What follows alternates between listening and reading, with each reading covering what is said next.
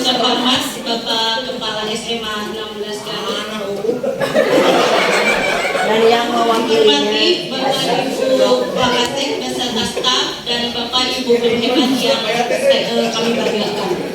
Puji dan syukur mari kita panjatkan kepada Allah Subhanahu wa taala. Sholawat serta salam semoga tetap tercurah dilimpahkan kepada Nabi junjungan Nabi Muhammad SAW. Izinkan saya untuk menyampaikan pantun terlebih dahulu. Boleh, ya, untuk ada catatnya ya. Ada timur, ada selatan, ada barat dan juga ada utara. Selamat siang kuucapkan untuk Bapak guru hebat semua. Hidup guru hebat. hebat gitu. Perkenalkan saya Putri Putih. Pada kesempatan ini saya sebagai moderator pada sesi ini. Sebelum kita memulai, izinkan saya untuk menyampaikan penghargaan dan terima kasih kepada Bapak Ibu guru hebat atas kehadirannya di ruangan ini untuk membantu kami peserta CBP Angkatan 11 Kabupaten Garut dalam melakukan diseminasi aksi nyata modul 1.4 tentang budaya positif. Bismillahirrahmanirrahim. Assalamualaikum warahmatullahi wabarakatuh. Bapak Ibu semuanya, sebelum dimulai alangkah baiknya kita rilekskan dulu badannya. Silakan berdiri Bapak Ibu. Mencari satu pasangan, jadi satu pasangan 2 orang. Cari dulu pasangannya 2 orang ya. Cari pasangannya. Ulah ayah ngajok lokus tapi ada ayah pasangannya. Atas Bapak Ibu. Maka Bapak Ibu, saya ingin ngecek seberapa akrab Bapak Ibu dengan teman saya. Ya.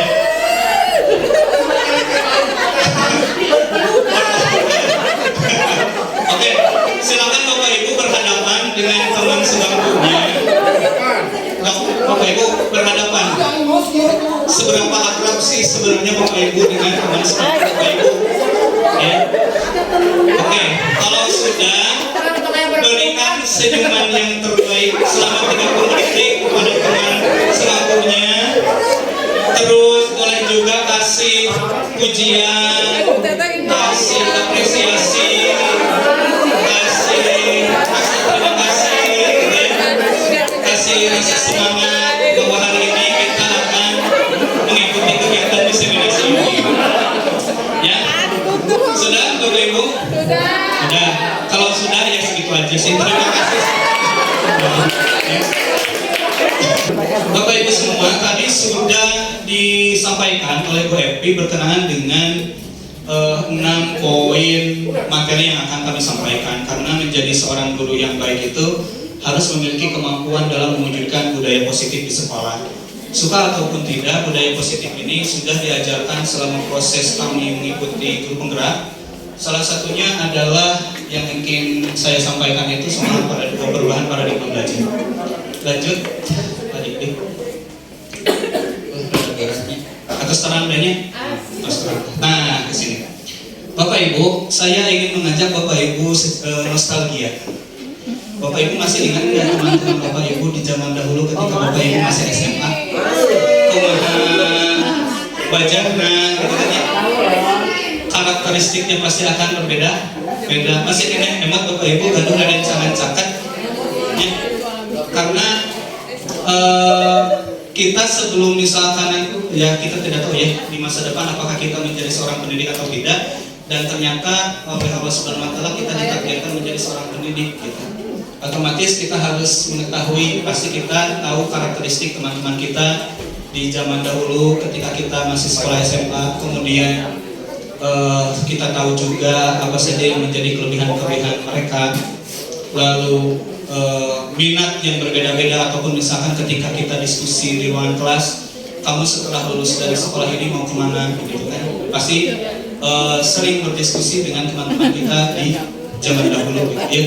Kebetulan fotonya kayak foto abdi nya desona memang laki di foto gitu, ayeuna-ayeuna di foto Bapak Ibu. Lanjut Pak Dikdik. biar semuanya kebahagiaan karena sederhana ngantri. Ini latar belakang terjadinya sebuah paradigma baru dalam proses pembelajaran. Suka ataupun tidak, saya adalah mungkin produk terakhir ya, seorang murid yang dibimbing oleh guru yang mengajarkan secara tradisional. Artinya guru saya dulu itu teacher sentris. Jadi suka ataupun tidak, kumaha abdi weh gitu. Jadi guru teh harus didengar, tidak bisa kita kritik, tidak bisa kita berikan masukan. Jadi pokoknya mah kudu kitu teh gitu we gitu ya. Dan itu adalah saya, itu produk terakhirnya. Dan kalaupun misalkan dulu saya masih ingat ada almarhum guru saya yang mengajarkan nanti istilahnya teraraban ya Bapak Ibu. Kalau tidak bisa perkalian teh ditakol ku Mister Kayu gitu. Hari kamu nggak bisa ngitung, cetok katanya. Sampai pulang ke rumah nangis, malah ditambahan ku si mama, ku si bapak teh.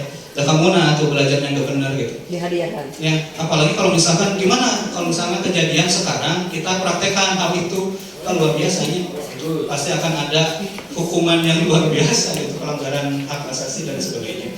Dan selain itu juga untuk mempersingkat, disimplifikasikan saja Bapak Ibu bahwa perubahan paradigma belajar ini yang pertama karena kemajuan teknologi. Kemajuan teknologi ini tidak bisa kita hindari, justru kita harus adaptasikan, khususnya mungkin kemajuan artificial intelligence atau AI yang luar biasa pesat gitu perkembangannya sampai bisa memudahkan urusan-urusan kerjaan kita gitu. Kemudian yang sudah tidak relevannya soal teacher center ini sudah tidak relevan gitu, irrelevan. Lalu informasi lebih luas dan cepat. Saya mendengar di salah satu podcast Bapak Ibu, judul podcastnya Endgame yang disiarkan oleh Pak Gita Wirjawan. Beliau mengatakan seperti ini, kita itu hidup di zaman informasi itu lebih banyak daripada pengetahuan, dan pengetahuan lebih banyak daripada kebijaksanaan. Jadi sebenarnya Bapak Ibu, selain kita mencerdaskan anak di lingkungan sekolah itu adalah harus menciptakan nilai-nilai kebijaksanaan. Sejauh mana kita bisa nanti akan disampaikan oleh Bapak Ibu CGP yang lain soal posisi kita sebagai manajer itu, artinya untuk menciptakan nilai-nilai kebijaksanaan itu. Lalu proses pembelajaran berbasis project, tidak hanya project, sebenarnya ada problem based learning dan lain sebagainya yang sudah disampaikan tadi oleh Dr. Yusuf. Dan yang terakhir soal berpikir kritis atau critical thinking. Lanjut Pak Dik.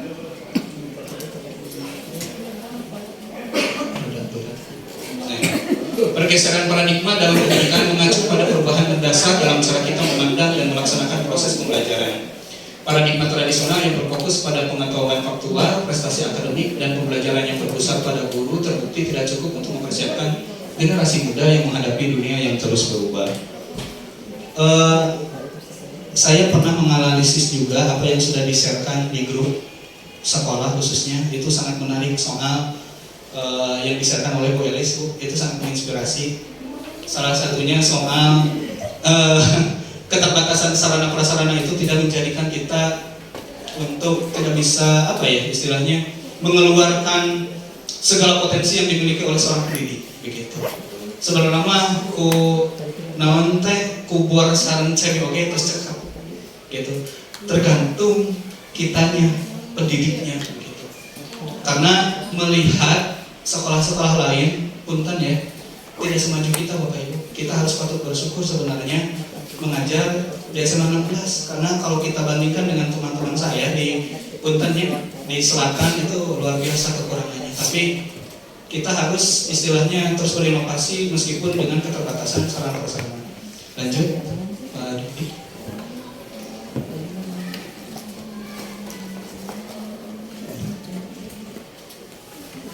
Lanjut aja. Ini sudah. Ini senama Bapak Ibu tadi atas diborong ku Pak Dr. Yusuf materi abdi teh gitu jantan muatan ke pengintan Nabi biasa dipanggilkan dari nama gitu ya.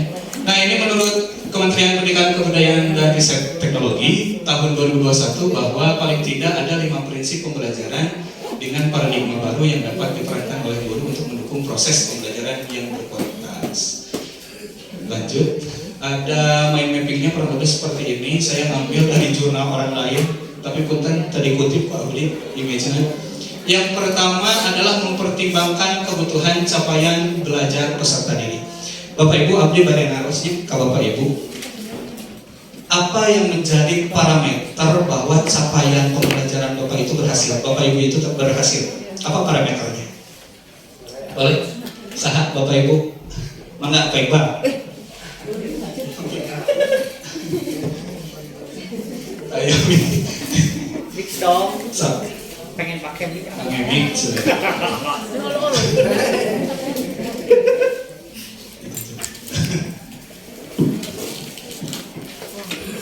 Parameternya apa bahwa capaian belajar peserta didik itu sudah berhasil? Parameter dari Bapak Ibu. Di video. Bismillahirrahmanirrahim. Assalamualaikum warahmatullahi wabarakatuh. Parameter saya sebagai seorang guru, khususnya masih guru muda, saya masih baru mengajar itu 5 tahun. Kalau menurut saya parameter capaian pembelajaran yang saya lakukan terhadap anak didik saya itu satu, anak itu merasa nyaman, tapi itu terus anak tentang materi juga bisa dipahami. Kemudian anak merasa nyaman dan juga senang ketika diajar oleh saya. Dan bahkan yang terakhir, ketika anak itu sudah lulus, anak itu memiliki memori yang tersimpan pada pikirannya, otaknya. Memori itu adalah memori kenangan-kenangan yang indah ketika diajar, ketika pembelajaran dengan saya. Itu mungkin dari saya seperti itu. Luar biasa, terutama untuk Pak Iqbal ya. Jadi saya sepakat dengan apa yang disampaikan oleh Pak Iqbal. Saya mengutip buku karyanya Daniel Goleman soal emotional intelligence, bahwa keberhasilan pembelajaran itu adalah memberikan rasa aman dan nyaman kepada anak. Jadi betah gitu Bapak Ibu, jadikan ruangan kelas itu sebagai rumah kedua mereka. Karena kalau misalkan di ruang kelasnya tidak aman, tidak nyaman, setiap informasi yang kita sampaikan itu justru malah jadi misinformasi. Kadang bertanya lagi di grup misalnya, tadi teh Bapak Ibu teh sudah ngasih informasi ini, tapi malah nanya lagi si anak teh gitu. Atau misalkan ketika kita mencoba mencatat di board, malah nanya si anak teh, dia kan ada dicatat, tapi yang Bu gitu kan. Jadi terjadi miskoneksi dan misinformasi teh gitu ya. Kemudian yang selanjutnya, membangun kapasitas belajar peserta didik menjadi pembelajar sepanjang hayat. Kita tidak ada model pembelajaran atau metode pembelajaran yang baik begitu.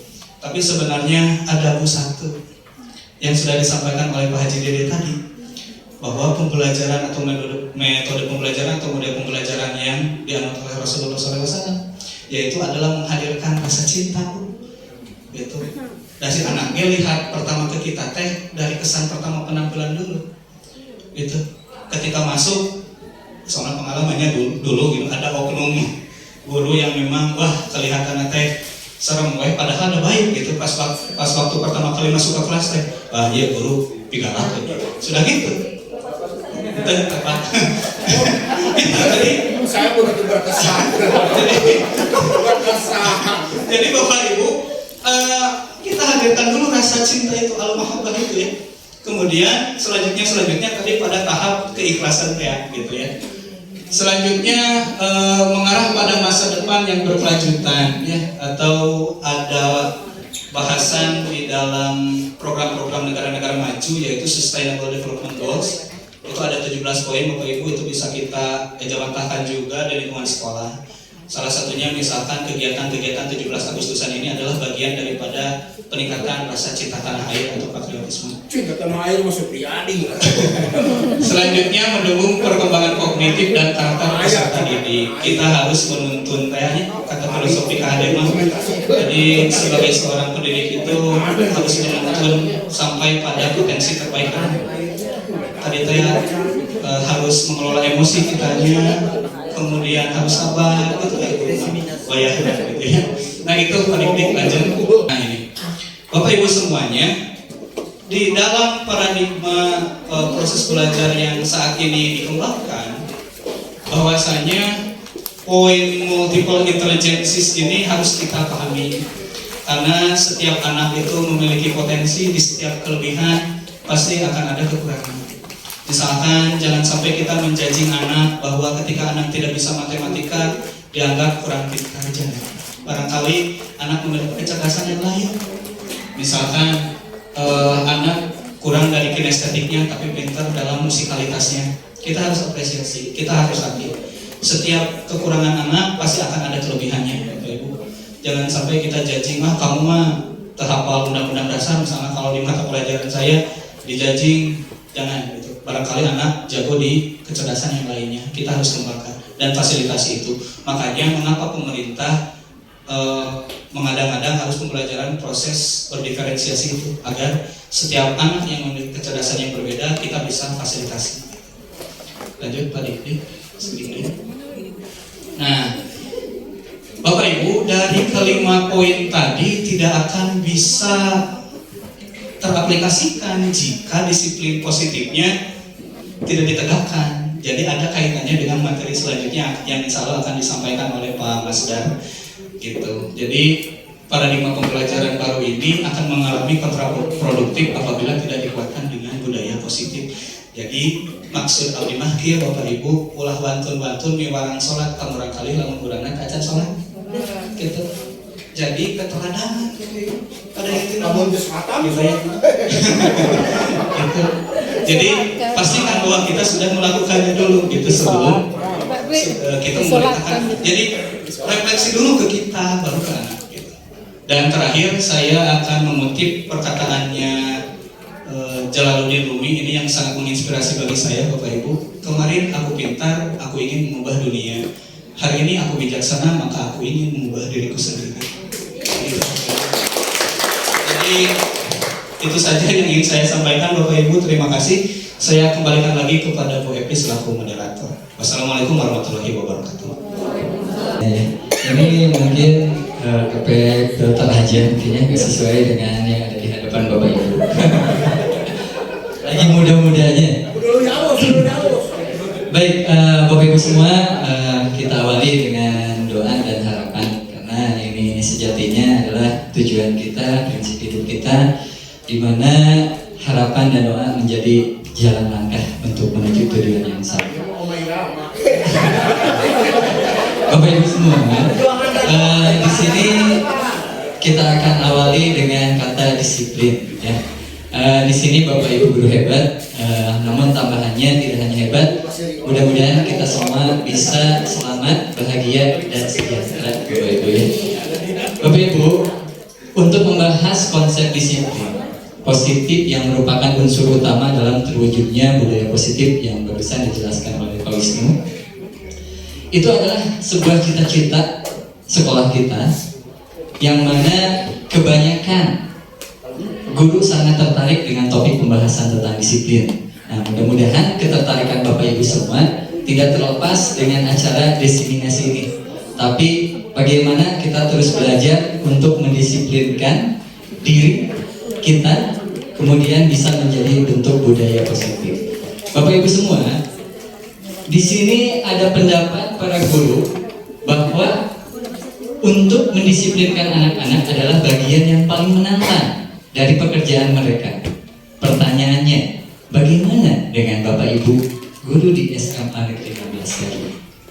Apakah Bapak Ibu memiliki pendapat yang sama? Nah, ini kita awali dari pertanyaan pemantik. Kalau misalkan di kelas kita sebelum pembelajaran, ya, mangga Bapak Ibu semua di sini, betul gak bahwa bagian yang paling menantang dari pekerjaan kita itu adalah mendisiplinkan?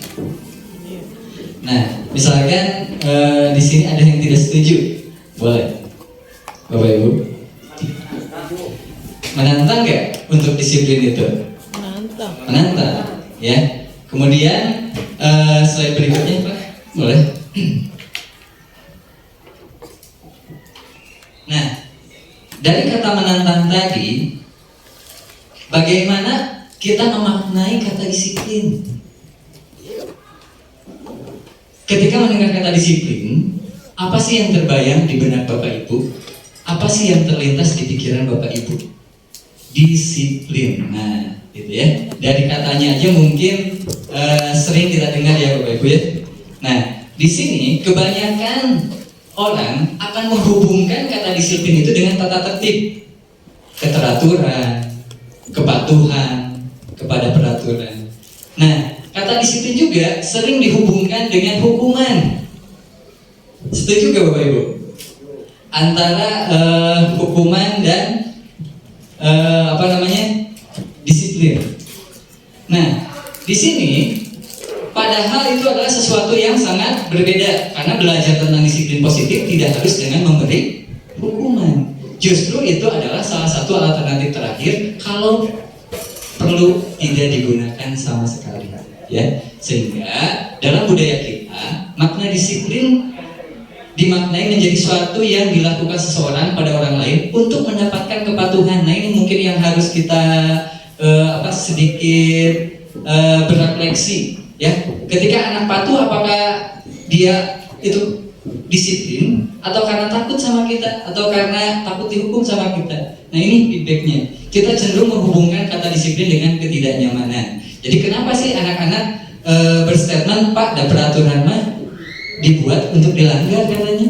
Nah, ini mungkin ya salah satu tantangan tadi di awal ya, bahwa betul gak untuk mendisiplinkan itu adalah bagian pekerjaan kita yang menantang. Nah, di sana. Baik Pak, slide berikutnya. Kita mengacu kepada Bapak kita semua. Bapak pendidikan kita, Ki Hajar Dewantara, menyatakan bahwa di mana ada kemerdekaan, disitulah harus ada disiplin yang kuat. Nah, ini maknanya sangat mendalam Bapak Ibu. Sungguh disiplin itu bersifat self-disiplin, yaitu kita sendiri yang mewajibkan kita dengan sekeras-kerasnya. Ya. Di sini, jikalau kita tidak cakap melakukan self-disiplin, wajiblah penguasa lain disiplinkan kita. Coba kita garis bawahi, ya, makna dari self-disiplin. Ya, jika kita tidak cakap melakukan self-disiplin, wajiblah penguasa lain mendisiplinkan diri kita. Ya, ketika disiplin diri Bapak Ibu tidak ada, ternyata ada peran orang lain yang harus mendisiplinkan Bapak Ibu semua. Siapakah itu? Ya, ini kita kalau di masalah pekerjaan di sini harus ada di dalam suasana yang merdeka katanya ya, peraturan yang demikian ini. Nah, ini dikutip dari buku yang di Ki Hajar Dewantara, Pemikiran tentang Konsep Keteladanan Sikap Merdeka, cetakan kelima tahun 2013, halaman 470.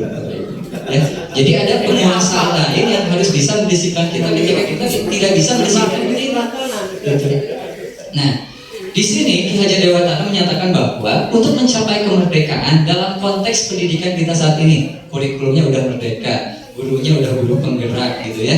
Ini acuannya merdeka semua, padahal dari dulu juga gitu, tahun 1945 kita bahasanya udah merdeka gitu ya. Nah, semakin kesana semakin kental dengan serat yang harus mewujudkan kita merdekanya di bidang mana. Untuk menciptakan murid yang merdeka, syarat utamanya adalah harus ada disiplin yang kuat. Disiplin yang dimaksud adalah disiplin diri Bapak Ibu, yang memiliki motivasi internal. Jika kita tidak memiliki motivasi internal, maka kita memerlukan pihak lain untuk mendisiplinkan kita untuk motivasi eksternal. Ternyata ketika disiplin diri itu adalah internal di dalam diri kita, dan nanti diimplementasikan ketika tidak tercapai, harus ada penguasa lain atau dari yang eksternalnya. Nah, makanya di sini definisi kata merdeka menurut Ki Hajar Dewantara adalah merdeka iku jarwanya, noragung lepasing pangereh, ngingkuga kuat kuasa, aman diri priangga. Nah, di sini merdeka itu artinya tidak hanya terlepas dari perintah, akan tetapi juga cakap buat memerintah diri sendiri. Jadi kita yang menyuruh. Makanya tadi saya sepakat dengan apa yang disampaikan Pak Wisnu. Ketika kita menyuruh anak untuk enggak sholat dulu. Nah, sedangkan kitanya belum melaksanakan. Nah, berarti kita hanya bisa memberikan motivasi eksternal aja ke anak aja bisa. Sedangkan motivasi internalnya yang di dalam diri kitanya belum dilaksanakan. Makanya utuh ya Bapak Ibu. Di slide berikutnya Pak.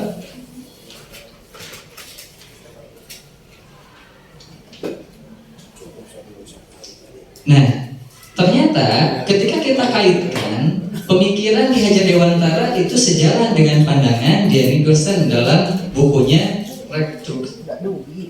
Restructuring School Discipline pada 2021. Di sini menyatakan bahwa arti disiplin berasal dari kata bahasa Latin disciplina yang artinya belajar. Dan disiplin juga berasal dari akar kata yang sama dengan disciple atau murid. Murid itu sebagai pengikutnya. Untuk menjadi seorang murid atau pengikut, seorang harus paham betul alasan mengapa mereka mengikuti suatu aliran atau ajaran tertentu. Sehingga motivasi terbangun adalah motivasi intrinsik, bukan ekstrinsik. Jadi di dalam diri, bukan dari luar. Nah, di sini dia juga menyatakan bahwa arti asli dari kata disiplin ini berkonotasi dengan disiplin dari murid-murid Socrates dan Plato yang mungkin akan dijelaskan di materi berikutnya. Nah, dengan kata lain, disiplin juga mempelajari bagaimana cara kita mengontrol diri, bagaimana menguasai diri untuk memilih dan mentiadakan yang mengacu pada nilai-nilai yang kita hargai. Jadi tetap nanti bentuknya ke penghargaan diri sebelum ke penghargaan orang lain. Gitu. Mangga di slide berikutnya Pak. Baik Bapak Ibu, ini adalah kata kunci dari materi yang tadi dipaparkan, bahwa kata disiplin dalam bahasa Latin sudah dijelaskan dari maknanya belajar, kemudian disiplin itu berkonotasi dengan pengikut atau murid. Nah, mangga di slide berikutnya Pak. Baik, untuk membentuk budaya positif, artinya disiplin positif yang harus dibentuk terlebih dahulu. Di sini pengertian atau definisi dari disiplin positif merupakan salah satu cara penerapan disiplin yang bertujuan untuk menumbuhkan kesadaran serta memberdayakan anak untuk melakukan sesuatu tanpa paksaan, ancaman, ataupun hukuman. Jadi sebagai pendidik, tujuan kita adalah menciptakan anak-anak yang memiliki disiplin diri sehingga mereka bisa berperilaku dengan mengacu pada nilai-nilai kebajikan universal, memiliki motivasi intrinsik bukan ekstrinsik. Nah, itu mungkin Bapak Ibu yang bisa saya jelaskan. Di slide terakhirnya sudah selesai ya tentang disiplin positif. Itu aja mungkin Bapak Ibu, terima kasih. Makan babat dikunyah-kunyah. Terima kasih perhatiannya Bapak Ibu juga. I love you semuanya. Terima kasih Bapak Ibu semua. Wassalamualaikum warahmatullahi wabarakatuh.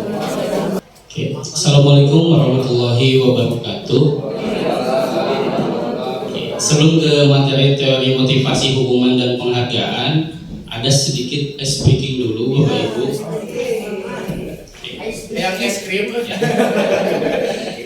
Nah, mungkin di layar depan ini adalah ekspresi Bapak Ibu ketika mendapatkan materinya Bu. Ada yang B aja gitu ya, yang awal mah. Kemudian ada yang kayak teriak. Kemudian ada yang senyum, kaget, dan sedih. Mungkin ini bisa digambarkan oleh ekspresinya Bapak Ibu. Misalnya ketika kita mendapatkan materi dari Pak Wisnu, tiba-tiba, Pak Wisnu mah Pak Wisnu mah materi, nah jadi pika keheuleuh misalnya, jadi WA buat ekspresi. Kalau misalkan kita yang ngerti, materinya ngerti, jadinya bawaannya senyum. Nah untuk itu kita dinamiskan dulu suasananya Bapak Ibu. Cek. Oke, kita dinamiskan dulu suasananya, ekspresinya Bapak Ibu dengan gerakan senam wajah. Jadi Bapak Ibu tinggal mengikuti video.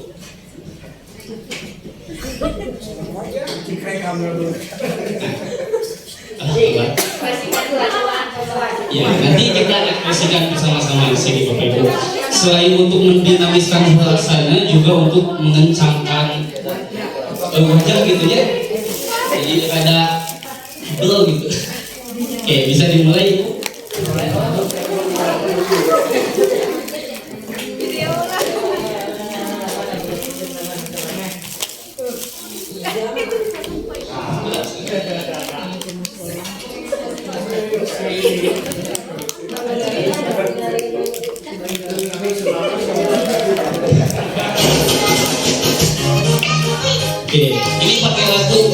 yang lagi viral.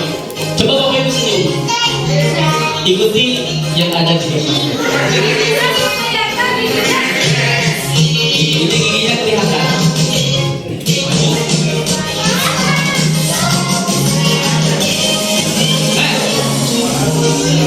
Dinamiskan Bapak Ibu, ekspresikan.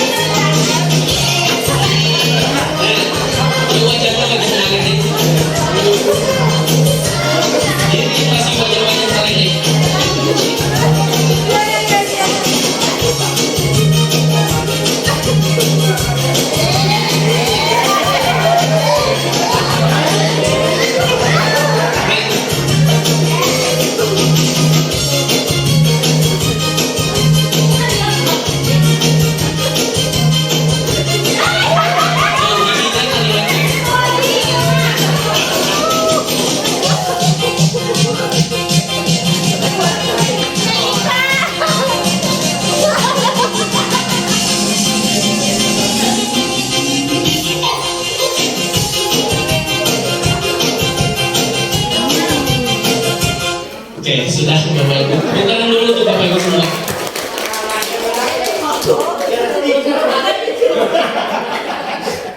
Senyum deh terakhir itu bisa anggar jadi. Oke, baik Bapak Ibu semua, izin untuk menyampaikan materi berkaitan dengan teori motivasi, hukuman, dan penghargaan. Kalau misalkan kita ingat lagi ke belakang Bapak Ibu semua, bagaimana sih kita ini berperilaku? Apakah perilaku kita ada tujuannya gitu ya? Apakah perilaku kita karena takut gitu untuk ditegur? Nah, ini berhubungan dengan teori motivasi. Kita ke definisinya dulu Bapak Ibu, apa itu motivasi? Berdasarkan Kamus Besar Bahasa Indonesia, pengertian motivasi adalah dorongan yang timbul pada diri seseorang secara sadar ataupun tidak sadar untuk melakukan suatu tindakan dengan tujuan tertentu. Nah, ini secara definisi saya kutip dari KBBI gitu Bapak Ibu. Nah, ini yang tadi disinggung oleh Pak Masdar berkaitan dengan teori motivasi dari Diana Gosen. Menurut beliau ada 3 motivasi perilaku manusia. Pertama, untuk menghindari ketidaknyamanan atau hukuman. Yang kedua, untuk mendapatkan imbalan atau penghargaan dari orang lain. Nah, motivasi ini sifatnya ekstrinsik. Jadi ini didorong oleh orang lain gitu ya. Kemudian yang ketiga adalah menjadi orang yang mereka inginkan dan menghargai diri sendiri dengan nilai-nilai yang mereka percaya. Oke, yang pertama untuk menghindari ketidaknyamanan atau hukuman. Nah, teori yang pertama ini adalah yang paling rendah gitu ya. Biasanya orang yang motivasi perilakunya untuk menghindari hukuman atau ketidaknyamanan akan bertanya, apa yang akan terjadi apabila saya tidak melakukannya? Namun misalkan orang itu bakal dihukum makanya. Dan biasanya motivasi ini selalu muncul pertanyaan seperti itu. Sebenarnya mereka sedang menghindari permasalahan yang mungkin muncul dan berpengaruh pada mereka secara fisik, psikologis maupun tidak terpenuhinya kebutuhan mereka bila mereka tidak melakukan tindakan tersebut. Kemudian yang kedua, untuk mendapatkan imbalan atau penghargaan dari orang lain. Nah, ini orang dengan motivasi ini akan bertanya, apa yang akan saya dapatkan apabila saya melakukannya? Bapak Ibu, abi hoyong kapayun, tapi kenging hadiah mual gitu, jadi kayak siswa begitu. Nah, ini adalah motivasi yang sifatnya juga eksternal. Mereka melakukan sebuah tindakan untuk mendapatkan pujian dari orang lain yang menurut mereka penting, dan mereka letakkan dalam dunia berkualitas. Mereka juga melakukan sesuatu untuk mendapatkan hadiah, pengakuan, ataupun imbalan. Kemudian yang terakhir adalah menjadi orang yang mereka inginkan dan menghargai diri sendiri dengan nilai-nilai yang mereka percaya. Nah, orang dengan motivasi ini akan bertanya, akan menjadi orang yang seperti apa apabila saya melakukannya. Sebagai contoh, kalau misalkan kita mempunyai sifat bertanggung jawab, pasti akan melakukan motivasi itu karena muncul dari dalam atau intrinsik. Mereka melakukan sesuatu karena nilai-nilai yang mereka yakini dan hargai. Dan mereka melakukannya karena mereka ingin menjadi orang yang melakukan nilai-nilai yang mereka yakini tersebut. Nah, sekali lagi yang bagian ke-1 kedua muncul secara eksternal atau ekstrinsik. Yang ketiga secara internal atau intrinsik. Nah, ini sebagai contoh kasus, menurut Bapak Ibu nih, manakah motivasi intrinsik dari kalimat yang ada di TV digital ini? Pertama, Dina selalu hadir tepat waktu di sekolah karena ingin menghindari ketidaknyamanan atau hukuman dan ingin menjadi pribadi yang lebih baik lagi. Menurut Bapak Ibu ini motivasinya intrinsik atau ekstrinsik? Ekstrinsik ya, karena muncul dari luar diri, dari luar gitu ya. Kemudian yang kedua, Budi selalu hadir tepat waktu di sekolah karena menjadi murid yang berprestasi dan untuk menghindari teguran yang biasanya diberikan oleh wali kelas. Ini juga tetap ekstrinsik ya. Kemudian yang ketiga, Dava selalu hadir tepat waktu di sekolah karena ingin berusaha menjadi orang yang bertanggung jawab serta menghargai dirinya sebagai teladan bagi murid-murid lain. Ini jelas adalah intrinsik. Ingin bertanggung jawab itu kata kunci. Nilai-nilainya muncul di situ.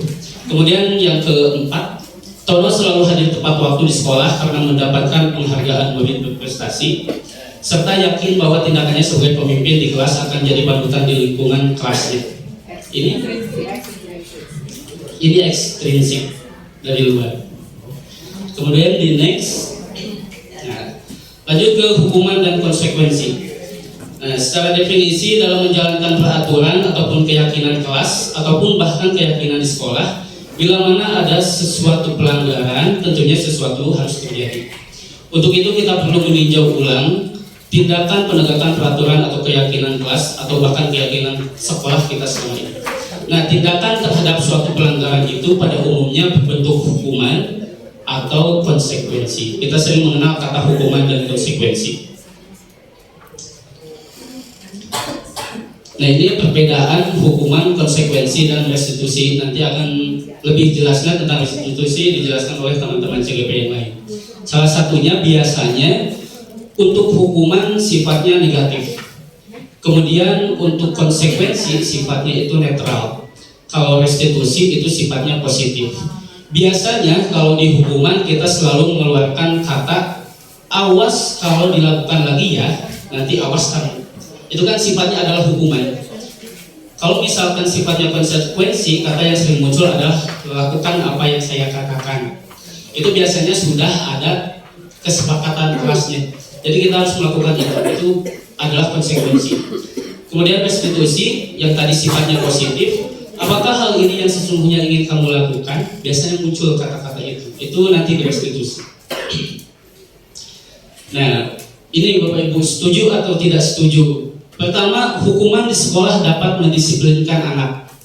Setuju atau tidak setuju? Tidak ya Bapak Ibu. Mungkin akan mendisiplinkan tetapi sifatnya sementara. Nanti bawaannya kalau misalkan anak itu dapat hukuman, jatuhnya malah jadi kehel gitu ya ke kita. Kemudian yang kedua, pemberian hukuman dengan hal positif seperti membaca atau membersihkan halaman sekolah dapat meningkatkan disiplin anak. Setuju atau tidak setuju? Tidak, karena tetap ada kata-kata hukuman gitu. Kemudian memberi penghargaan dapat meningkatkan motivasi belajar anak.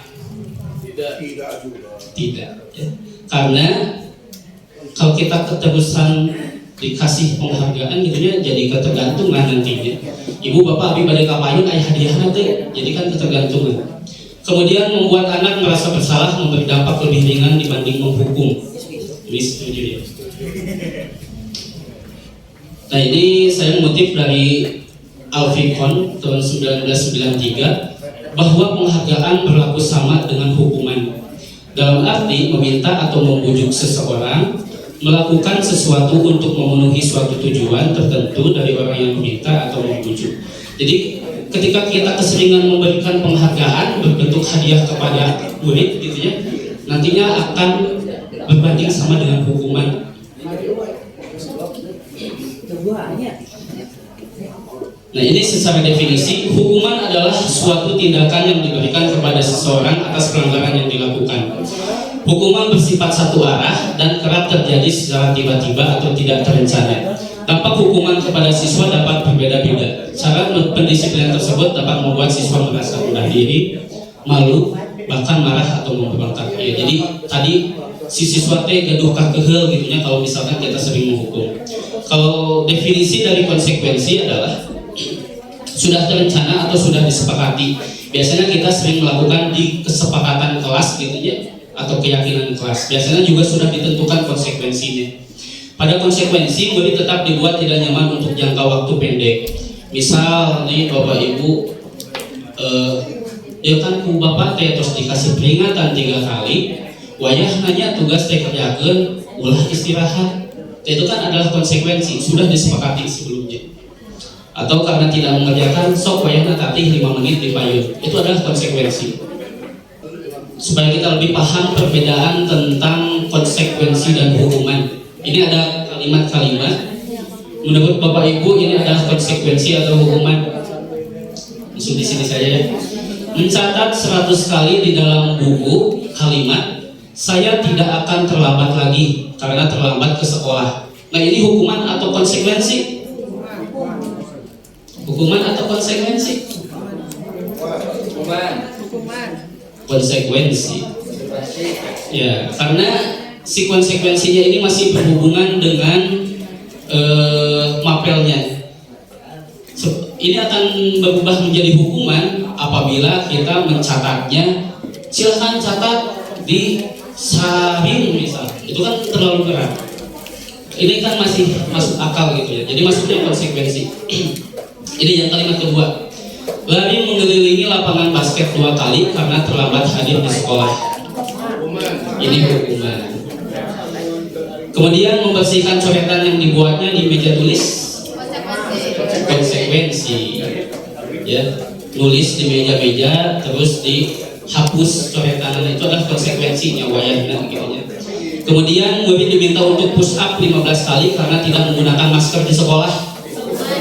Hukuman. Karena tidak nyambungnya di masker jadi masker tapi dihukumnya push up tidak nyambung. Kemudian menggantikan kertas tugas teman yang telah dicoret-coret. Hukuman konsekuensi gitu. Mungkin itu saja Bapak Ibu yang dapat saya sampaikan berkaitan motivasi, hukuman dan penghargaan.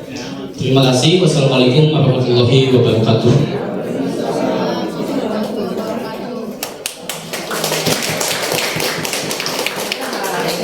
Assalamualaikum warahmatullahi wabarakatuh. Izin Bapak Ibu untuk sharing materi tentang kebutuhan dasar manusia. Nah sebenarnya saya di sini sudah yakin gitu kalau Bapak Ibu udah melaksanakan ini, sudah paham juga dengan banyaknya pengalaman Bapak Ibu sebagai guru atau orang tua atau juga sebagai makhluk sosial dalam bersosialisasi dengan rekan-rekannya. Cuman di sini saya mengulas kembali aja. Nah, di sini diawali dengan cerita, misalnya kita sedang menjadi guru SD gitu ya.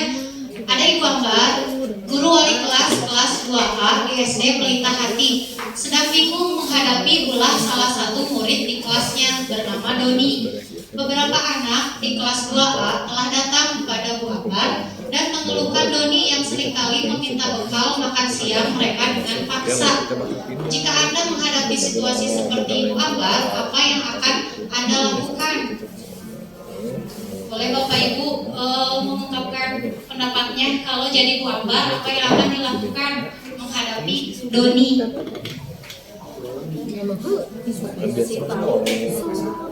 Yuni teh suka malam. Bu pada ya Kak? Ya, ya.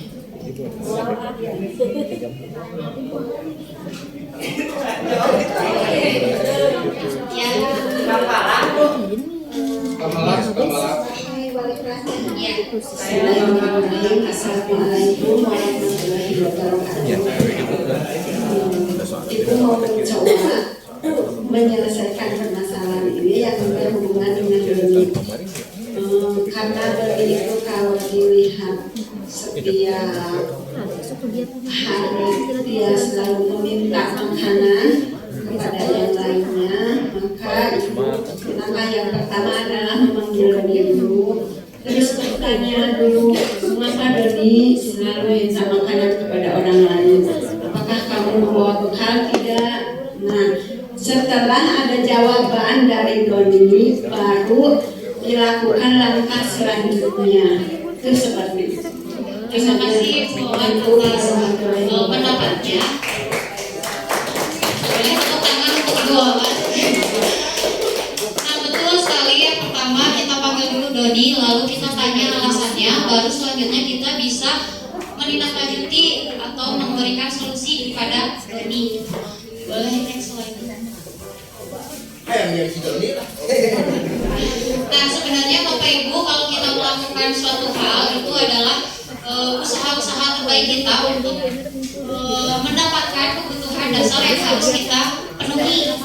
Jadi kalau kita melihat siswa kita melanggar atau tidak menjalankan sesuatu sesuai aturan, berarti itu adalah cara siswa tersebut untuk memenuhi kebutuhan dasarnya yang belum terpenuhi. Jadi kalau tidak bisa dipenuhi secara positif, siswa itu akan memenuhinya dengan cara negatif. Termasuk kita juga sebagai manusia mungkin dalam keinginan memenuhi kebutuhan, kalau tidak bisa dengan cara positif, kita akan cenderung melakukan cara negatif untuk mendapatkan kebutuhan dasar kita. Nah, apa aja kebutuhan dasarnya? Yang pertama itu bertahan hidup, yang kedua itu penguasaan, yang ketiga kasih sayang dan rasa diterima, yang keempat kebebasan, dan yang kelima kesenangan. Jadi dibagi atas 5 kebutuhan dasar yang harus dipenuhi oleh setiap manusia, baik itu siswa ataupun guru. Next. Yang pertama kebutuhan bertahan hidup atau survival. Nah, kalau kebutuhan bertahan hidup ini ada 3 sifat. Yang pertama fisiologis, kayak kesehatan, kita butuh kesehatan, kita butuh rumah, kita butuh makanan. Nah, yang bersifat biologis itu seperti kita harus mempertahankan keturunan dengan melakukan pernikahan dan reproduksi. Nah, yang terakhir bersifat psikologis atau merasa aman, merasa dilindungi. Ini kebutuhan dasar yang paling pertama, yaitu kebutuhan untuk bertahan hidup. Jadi tadi kalau Bapak Ibu Ambar misalnya nanya ke Doni alasan Doninya, Ibu udah saya lapar dan dikasih bekal sama orang tua, berarti Doni sedang memenuhi kebutuhan yang pertama ini untuk bertahan hidup, yaitu bukan makanan. Next. Yang kedua tentang kasih sayang dan rasa diterima. Ini meliputi kebutuhan akan hubungan dan koneksi sosial, kebutuhan untuk memberi dan menerima kasih sayang, kebutuhan untuk merasa menjadi bagian dari suatu kelompok, keinginan untuk tetap terhubung dengan orang lain seperti teman, keluarga, pasangan hidup, teman kerja, binatang peliharaan, dan kelompok di mana kita tergabung. Jadi selain kita butuh tadi yang pertama bertahan hidup, ternyata kita juga butuh disayang. Selain menyayangi, kita juga harus juga disayangnya. Ayo menyayangi tapi kita tidak merasa disayang misalnya. Nah, nanti berarti akan ada perilaku kita yang negatif untuk memenuhi kebutuhan kasih sayang ini. Jadi kalau tadi jawaban Doni misalnya nggak apa-apa Bu, biar teman-teman jadi perhatian sama saya, atau nanti kan teman-teman lapor ke guru, nanti guru jadi perhatian sama saya, guru lapor ke orang tua jadi perhatian sama saya. Nah, berarti Doni ini kekurangan kebutuhan dasar di sisi yang kasih sayang dan rasa diterima. Yang ketiga penguasaan atau pengakuan akan kemampuan. Di sini kebutuhannya itu meliputi kekuatan untuk mencapai sesuatu, menjadi kompeten, menjadi terampil, diakui atas prestasi dan keterampilan, didengarkan dan memiliki rasa harga diri. Kebutuhan ini meliputi keinginan untuk dianggap berharga, bisa membuat perbedaan, bisa membuat pencapaian, kompeten, diakui, dihormati. Ini meliputi self-esteem dan keinginan untuk meninggalkan pengaruh. Nah, self-esteem ini kayak rasa penilaian terhadap diri sendiri, seberapa kita menghargai atau menghormati diri sendiri gitu ya, apa yang kita pikirkan tentang diri sendiri. Kalau tadi jawaban Doni itu biar teman-teman jadi takut katanya, jadi ngasih makanannya ke saya, berarti Doni ini sedang melengkapi kebutuhan dasar tentang penguasaan. Dia pengen jadi mungkin diakui sama teman-temannya kalau dia tuh punya power mungkin. Nah, yang keempat, kebutuhan kebebasan atau kebutuhan akan pilihan. Di sini meliputi kemandirian, otonomi, memiliki pilihan dan mampu mengendalikan arah hidupnya. Anak-anak dengan kebutuhan kebebasan yang tinggi menginginkan pilihan, mereka perlu banyak bergerak, suka mencoba-coba, tidak terlalu terpengaruh oleh orang lain, dan senang mencoba hal baru yang menarik. Jadi pengen hidupnya bebas. Nah, kalau di sini saya yang melihat guru yang pengen hidupnya bebas itu seperti Pak Supri. Pak Supri mah tidak mau lihat aturan, bla bla bla. Ini kita Pak Supri. Itu berarti Pak Supri. Kebutuhan dasarnya kebebasan yang tinggi. Kalau yang lain mungkin biasa-biasa aja. Kalau Pak Supri tinggi, kadang-kadang kebebasan. Nah, mungkin juga nih Pak Supri di sini di sekolah, wah bebas, di rumahnya karena bener nggak bebas pasti.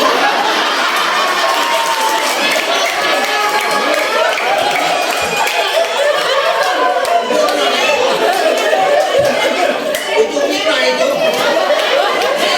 Bebas lagi. Jadi Pak Supri mah lebih nangis sama istri daripada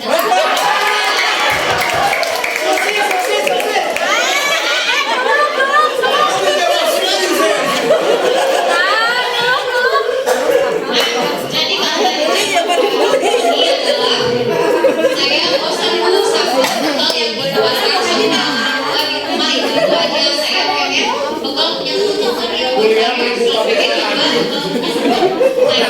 juga bekal tapi kebutuhan dasarnya akan kebebasan. Dia lancar. Terakhir, Jadi anak sosial. Jadi anak sosial.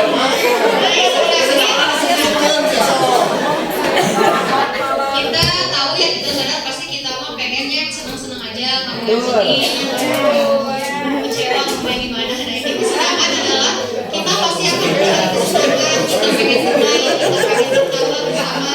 Nah, kalau anak-anak yang memiliki kebutuhan dasar kesenangan yang tinggi ini biasanya ingin menikmati apa yang dilakukannya, bisa berkonsentrasi tinggi saat mengerjakan hal yang disenangi, suka permainan, suka koleksi barang, suka bergurau, suka berjodoh, suka berpasukan.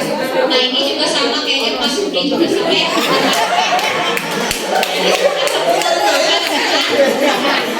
Nah, bedanya kalau anak-anak mau bertingkah yang misalnya ya, anak kecil kan lucu aja nya dilihat teh.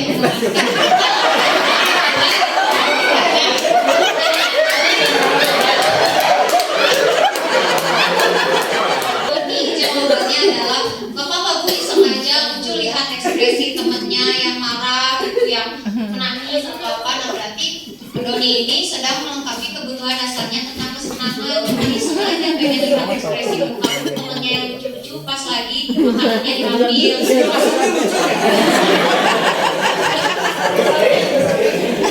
Bapak-bapaknya Gemes. itu adalah 5 kebutuhan dasar yang sejatinya ingin dipenuhi oleh semua makhluk hidup, termasuk siswa termasuk guru. Jadi semua orang senantiasa berusaha untuk memenuhi kebutuhannya dengan berbagai cara bila mereka tidak mendapatkan kebutuhannya dengan cara yang positif. hakim, mereka bisa melanggar peraturan atau melakukan hal-hal yang tidak sesuai dengan nilai-nilai kebajikan. Jadi tadi betul bahwa kalau ada kesalahan kayak jangan langsung dihukum, kamu nggak boleh ngambil makanan orang lain, nggak boleh langsung kayak gitu. Jadi baiknya ditanya dulu alasannya kenapa, biar nanti yang jatuh bukan hukuman tapi restitusi gitu. Kalau hukuman langsung dihukum konsekuensi juga ada kesepakatannya. Nah, kalau restitusi mah nanti akan dijelaskan lebih lanjut ya, jadi akan sesuai dengan apa yang dibutuhkan oleh siswa. Ini ada satu kasus, saya pengen Bapak Ibu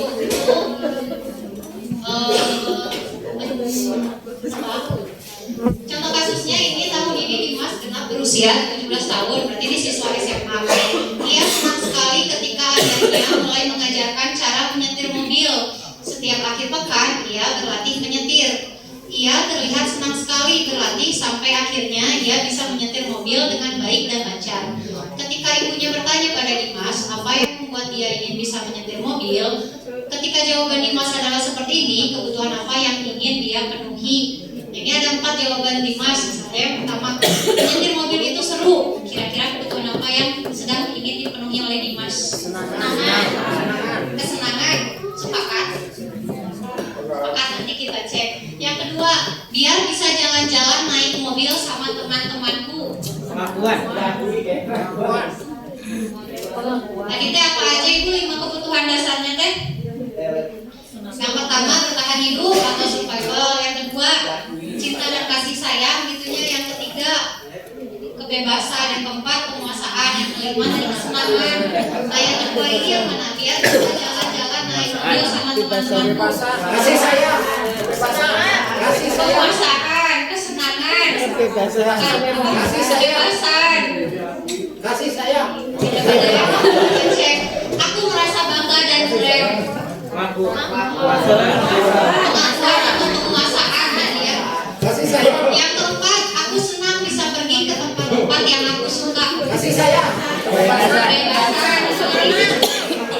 Kasih sayang. Kita cek. Kasih sayang karena seru. Nah, ternyata menyetir mobil itu seru adalah kebutuhan dasar akan kesenangan. Sayang. Seru.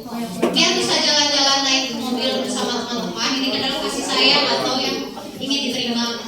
Aku merasa bangga dan keren. Tadi betul penguasaan. Aku senang bisa pergi ke tempat-tempat yang aku suka. Ini adalah kebebasan. Terima kasih Bapak Ibu atas sharing dan waktunya. Maafkan Bapak.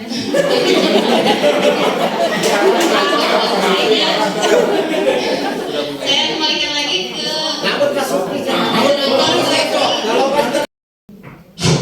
Assalamualaikum warahmatullahi wabarakatuh. Terima kasih kepada Ibu Moderator karena sudah memberikan waktunya kepada saya. Sebelumnya saya ada pantun tapi saya lupa. Pantunnya begini Bapak Ibu, cakep gitu. Niron pantuna. Epi sukai sih keserempet motor.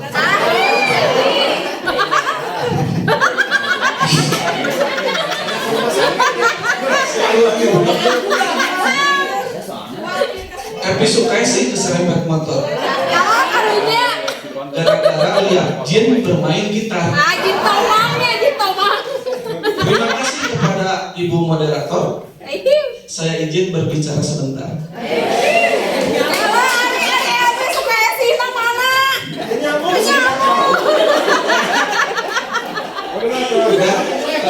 Pada kesempatan kali ini saya akan sharing-sharing karena saya yakin bahwa Bapak Ibu semua pun pasti pernah mengalami hal ini, apalagi mungkin Bapak Ibu yang sudah mengalami pendidikan guru penggerak. Bapak Ibu, kita mulai.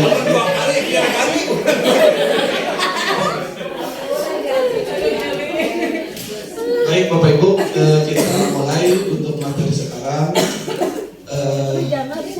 Sekali lagi mungkin di sini saya hanya sharing saja Bapak Ibu ya, karena mungkin Bapak Ibu mungkin bisa banyak yang lebih mengerti juga, yang lebih expert juga gitu ya.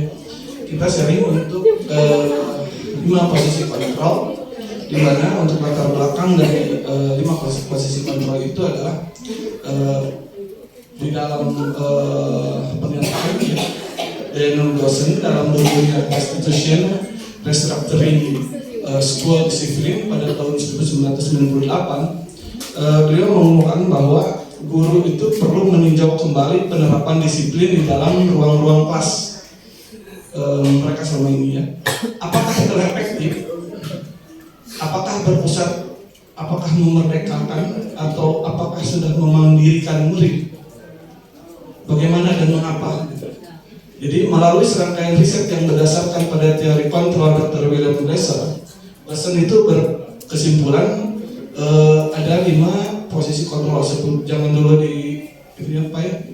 Ada 5 posisi kontrol yang diterapkan oleh seorang guru, orang tua ataupun atasan dalam melakukan kontrol. Jadi saya melihat ini seperti parenting Bapak Ibu, karena di sana ada juga sebagai orang tua. Berarti saya sebagai anak itu ternyata ya nanti kita bahas.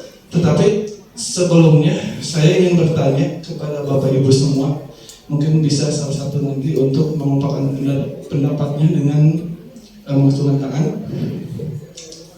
Apabila Bapak Ibu mendapati siswa atau murid Ibu Bapak melanggar aturan, apa yang akan Bapak Ibu lakukan terhadap murid tersebut? Mungkin ada yang bisa mengacungkan tangannya untuk ikut sharing pengalaman. Baik, Pak. Itu Bu Elis pas Ibu, mangga Ibu. Iya sih Bu lah. Bang Ibu. Itulah tuh Wi. Ya, bismillahirrahmanirrahim. Assalamualaikum warahmatullahi wabarakatuh. Ya, betul sekali Bapak, apa yang Bapak sampaikan terkait dengan apa yang kita lakukan sebagai guru menanggapi seorang siswa yang misalkan melakukan pelanggaran. Nah, pada saat saya mengikuti CGP gitu ya, saya menerapkan tentang segitiga restitusi.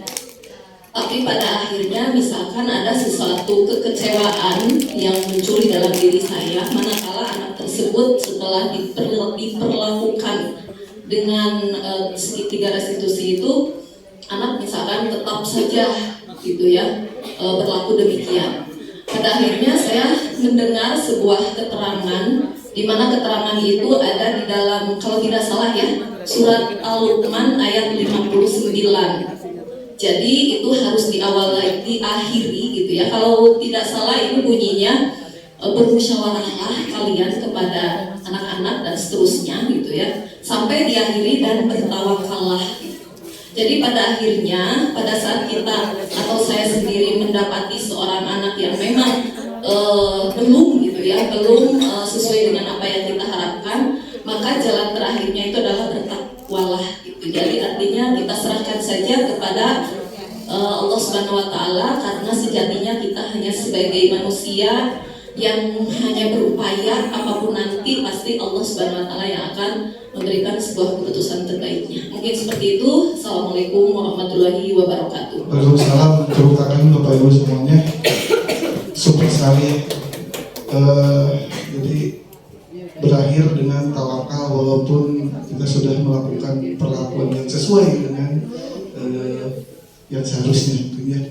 Nah, tadi Pak Iqbal silakan. Jadi kalau bisa sebelum Bapak mengikuti program CGP itu apa yang sudah Bapak lakukan terhadap anak? Ayo. Miknya ya.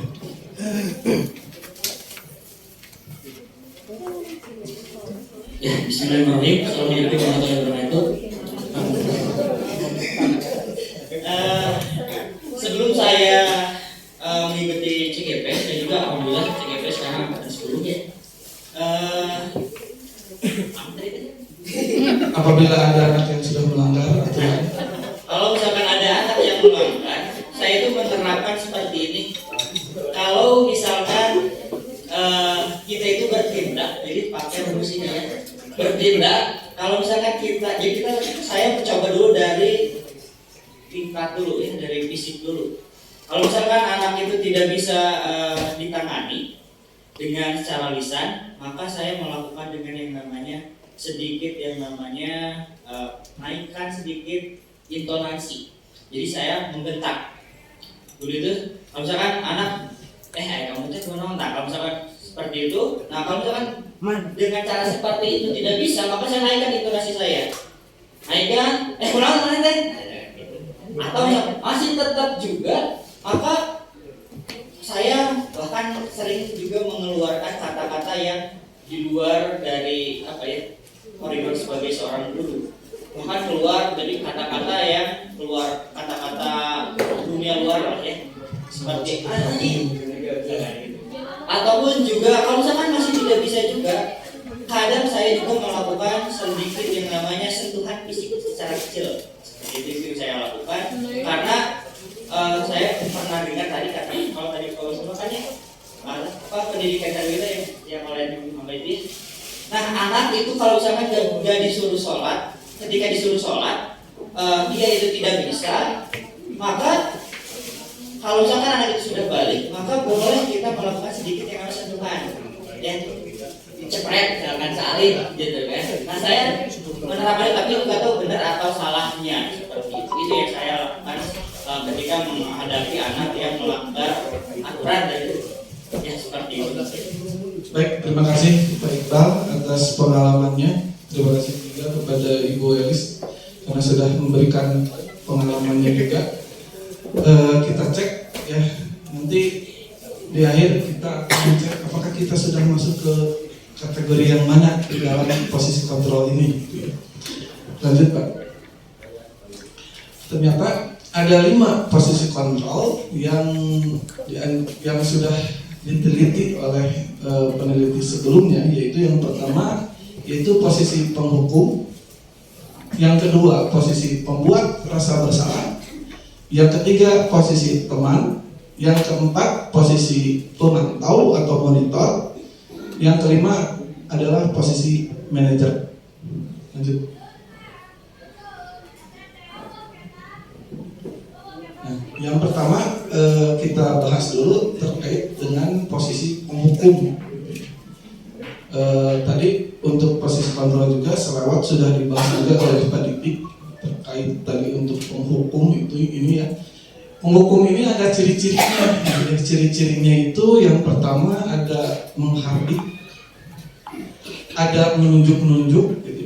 Ada menunjuk-nunjuk, ada membentaknya, kemudian ada menyindirnya, gitu. Ada menyindirnya.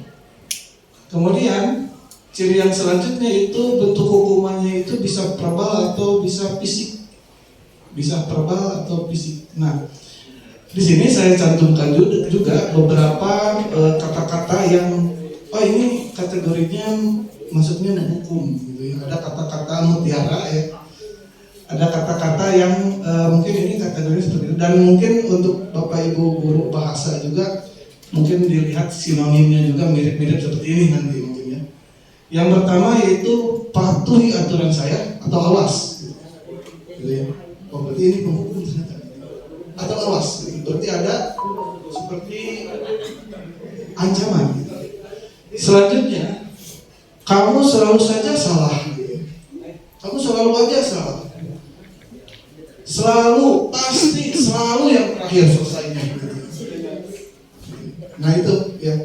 Nah, kemudian guru juga senantiasa percaya bahwa satu cara agar pembelajaran ini berhasil yaitu dengan cara dia, cara Bapak Ibu. Tapi untuk masalah ini mungkin saya juga bisa memperdebatkannya karena tiap guru itu punya keunikan masing-masing gitu Bapak Ibu ya.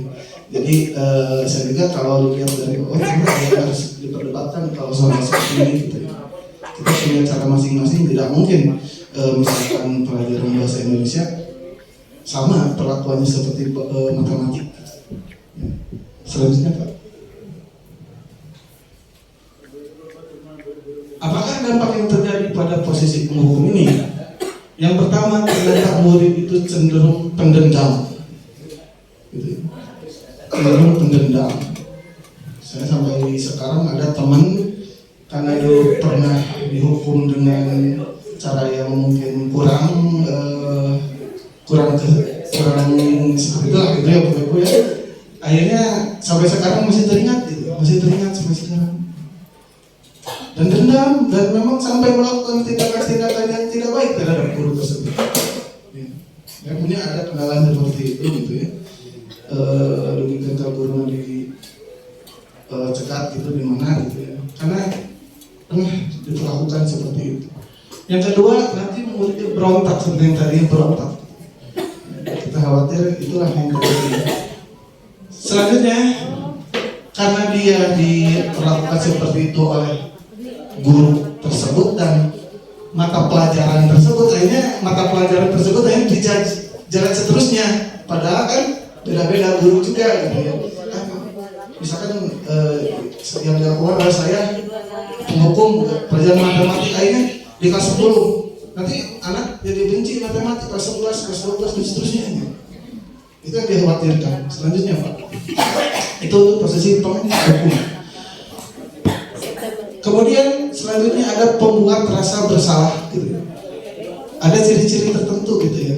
Tadi untuk pembuat rasa bersalah ini yang pertama nada bicaranya cenderung tenang gitu. Cenderung lembut gitu. Kata-katanya tapi tenang, lembut tapi nyalakan budak gitu ya. Terus membuat murid merasa gagal, merasa bersalah gitu ya, dari ketenangan dan kelembutan tersebut. Terus memandang guru dirinya sendiri, si muridnya itu ya. Kemudian guru menyatakan hal-hal yang merasa kesalahan itu ada pada murid, dan kesalahan yang murid lakukan membuat guru menderita. Seakan-akan seperti itu. Jadi wah, merasa bersalah banget gitu ya. Kemudian murid merasa tidak sanggup membahagiakan orang lain. Kamu bagaimana orang tua kamu kalau tahu itu kan ini seakan-akan saya gagal gitu ya. Lanjut Pak. Nah ada kata-kata mutiara juga gitu ya yang mencerminkan ini, dan nanti bisa dicari sinonimnya juga. Yang pertama itu kecewa sekali dengan kamu. Terus berapa kali Bapak harus memberitahu kamu? Terus gimana coba kalau orang tua kamu tahu kamu berbuat begini? Nah itu, tetapi ternyata untuk pembuat rasa bersalah, efek rusaknya itu ternyata lebih besar daripada yang pertama. Bisa-bisa anak itu menjadi minimalnya dia keluar dari komunitas, menyendiri, sampai-sampai khawatirnya nanti depresi atau apa gitu ya. Itu yang mungkin lebih bahaya dari posisi kontrol yang pertama. Itu yang dikhawatirkan untuk posisi kontrol yang kedua. Selanjutnya dampaknya yang tadi ya, merasa bersalah, rendah diri gitu. Lalu menarik diri dari lingkungan ya, mengisolasi diri karena dibuat bersalah gitu. Dan saya sendiri kadang-kadang merasa tidak sadar ternyata saya sudah melakukan hal itu. Suka gini, misalkan kamu itu orang tua kamu sudah jauh-jauh nyekolahin kamu, sekarang mungkin kerja di kebun lagi pepanasan tapi dikecewakan oleh kamu yang berbuat hal seperti ini. Oh ternyata seperti itu, saya salah juga gitu. Jadi banyak pencerahan dari materi ini yang bisa saya refleksikan pada diri saya sendiri gitu ya. Mudah-mudahan nanti bisa mungkin Bapak Ibu juga bisa merenungkan ternyata sudah melakukan apa. Selanjutnya Pak, yang ketiga fungsi teman gitu. Nadanya santai kan, akrab, ramah pada anak, bersendak ngurau, bagi heureuy gitu ya. Murid itu otomatis senang gitu ya, otomatis senang, aman, akrab dengan guru ya. Guru mengontrol secara persuasif. Jadi saya juga secara pribadi ini yang selalu saya lakukan. Saya kira ini yang terbaik gitu Bapak Ibu. Ya, saya kira ini yang terbaik. Saya ajak ngobrol di mana gitu ya. Saya obrolannya saya samakan dengan obrolan anak seusia dia gitu kan. Dan ternyata itu juga ada kelemahannya ya. Selanjutnya Pak, untuk kata-kata yang muncul itu ayo bantulah demi Bapak gitu. Saya akan setara gitu ya. Kemudian ayo ingat tidak bantuan, kalau tidak ada bantuan Bapak selama ini bagaimana? Sudah kali ini tidak apa-apa, nanti Ibu bantu bereskan, nanti dibereskan sama Bapak, sudah kamu masuk, nanti Bapak bereskan. Nah, ini kelihatan bagus dari siswa, tapi efeknya itu bagaimana dengan guru-guru yang lain? Bagaimana kalau anak itu hanya nurut pada guru yang dianggap dia teman, guru-guru yang lain yang mungkin dia tidak anggap teman, dia itu mungkin tidak bisa nurut atau mungkin perlakuannya berbeda. Dampaknya Pak, ya, dampaknya itu dia murid ini akan ketergantungan pada satu orang, guru eta yang dianggap teman gitu ya. Dia tergantung dengan guru itu. Terus murid itu tidak mandiri ya, dia tidak bisa berpikir untuk diri sendiri karena dibantuan lain gitu. Karena dibantuan lain, murid bisa berpikir itu baik, tapi hanya pada guru tertentu yang seperti tadi. Ya. Nah, ini yang ternyata ini juga bisa timbul kalau murid kecewa. Berarti ada kata-kata ini. Saya pikir Bapak atau Ibu teman saya. Kalau ada kekecewaan, kita tidak bisa mengakomodasi semua keinginan anak gitu ya, karena mungkin anak juga banyak juga gitu ya. Selanjutnya, kemudian pemantau, ya ciri-cirinya itu mengandalkan data atau perhitungan untuk mengontrol murid. Guru mengarahkan berdasarkan peraturan dan konsekuensi. Yang kedua, nada suaranya datar, cenderung formal, tidak emosi, gitu ya. Tidak bersenda gurau, tidak bernada tinggi juga, itu yang tengah-tengah aja, formal.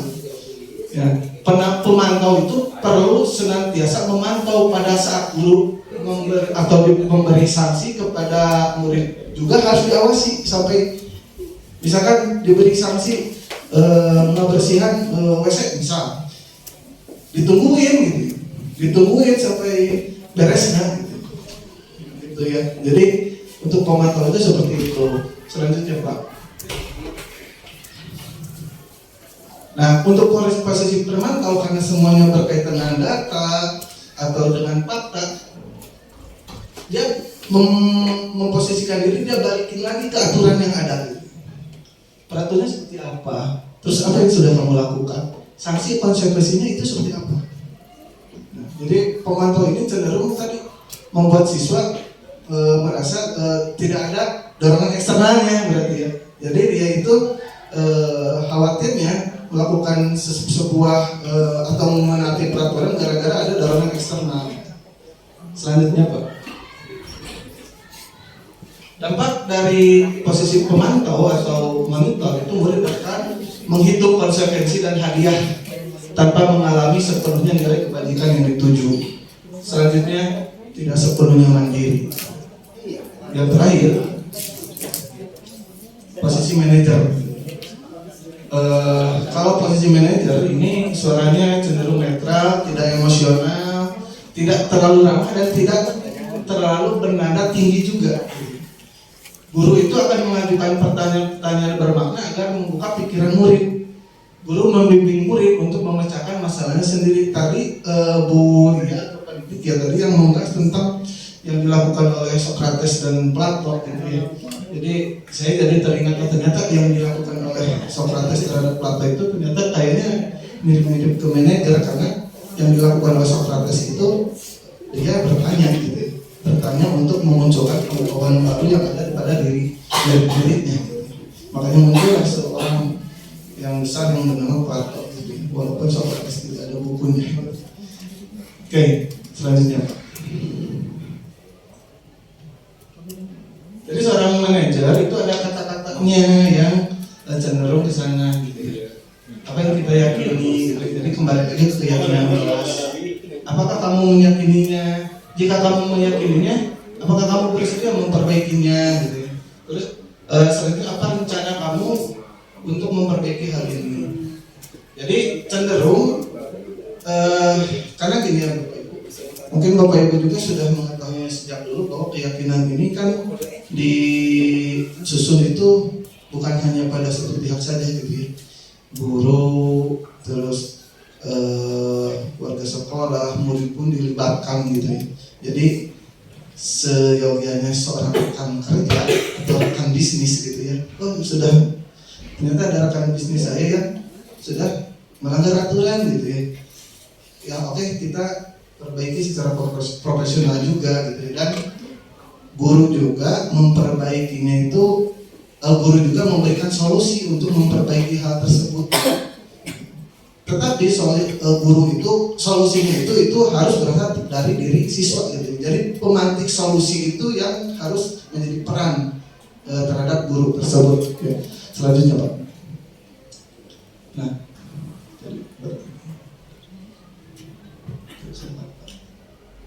Nah, dampak posisi manajer itu murid mandiri, murid belajar untuk merefleksikan kesalahan, murid belajar untuk mengatasi masalahnya secara mandiri dan percaya diri. Nah, ternyata untuk dampak posisi manajer ini, ya, ternyata ini yang disarankan diterapkan di dalam modul yang saya pelajari. Guru berperilaku atau berposisikan menjadi seorang manajer, Nah, posisi manajer ini intinya nanti kalau kita memperlakukan anak, dia melakukan kesalahan, jadi kita perbaiki bareng-bareng. Jadi tetapi memperbaiki bareng-bareng ini juga kita kan, saya juga kembali ulangi bahwa kita memantik ya dengan pertanyaan, lantas kalau seperti ini bagaimana cara memperbaikinya? Bagaimana cara kamu melakukannya? Bagaimana cara kamu memperbaiki ini? Ya Pak, saya insya Allah saya akan meminta maaf kepada si A, kemudian saya datangin gurunya, saya juga minta maaf, saya minta tugasnya, kan sampai solusi.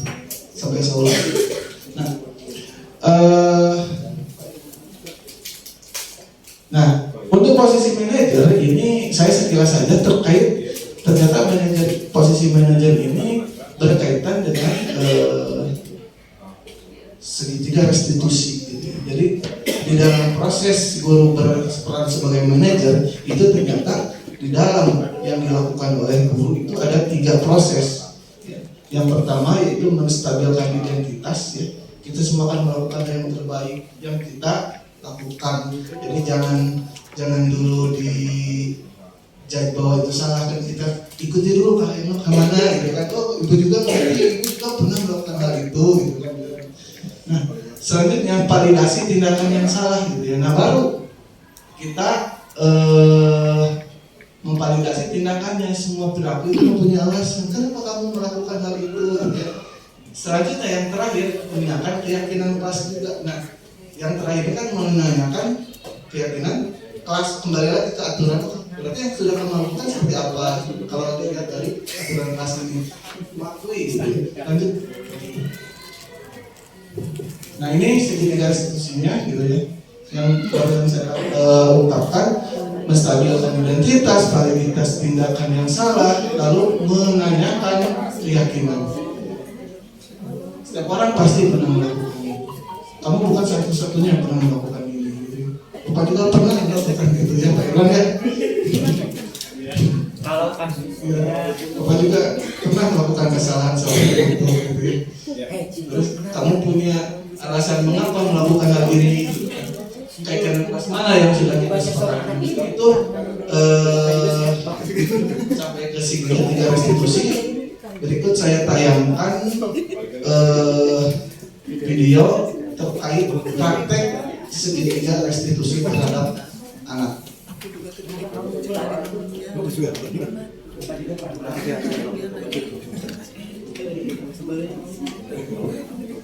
Contoh upaya ya.